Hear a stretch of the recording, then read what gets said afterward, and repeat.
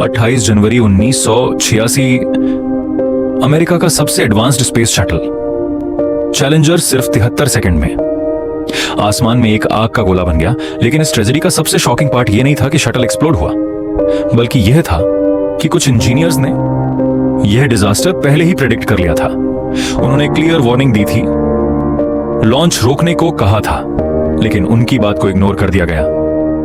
सवाल यह है, जब रिस्क पता था तो फिर चैलेंजर को लॉन्च क्यों किया गया? 1980 का जमाना, कोल्ड वॉर अपने पीक पर था। अमेरिका और सोवियत यूनियन स्पेस रेस में एक दूसरे को हराना चाहते थे। नासा सिर्फ एक एजेंसी नहीं थी, यह नेशनल प्राइड का सिंबल बन चुकी थी। हर मिशन एक मैसेज होता था, हम सबसे आगे हैं। इसी प्रेशर के बीच चैलेंजर मिशन डिजाइन हुआ। इस मिशन में एक स्कूल टीचर भी थी, क्रिस्टा मैकालिफे, जो पहली सिविलियन टीचर थी स्पेस जाने वाली।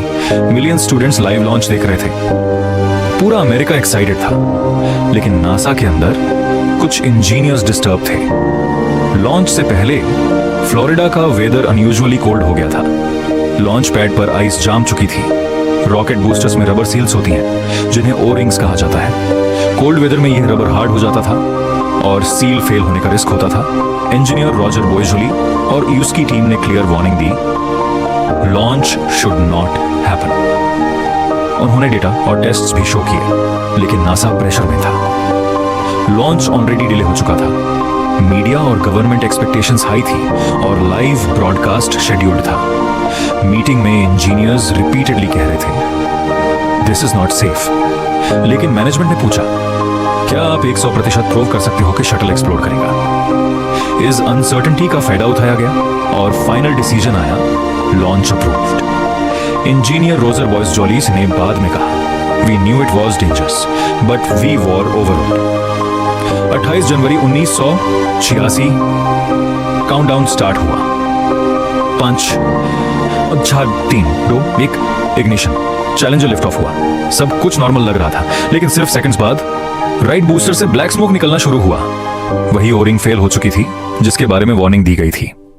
73 सेकंड बाद एक मैसिव एक्सप्लोजन। चैलेंजर आसमान में फायरबॉल बन गया। लाइव टीवी पर पूरी दुनिया ने ट्रेजेडी देखी। नासा शॉक में चला गया।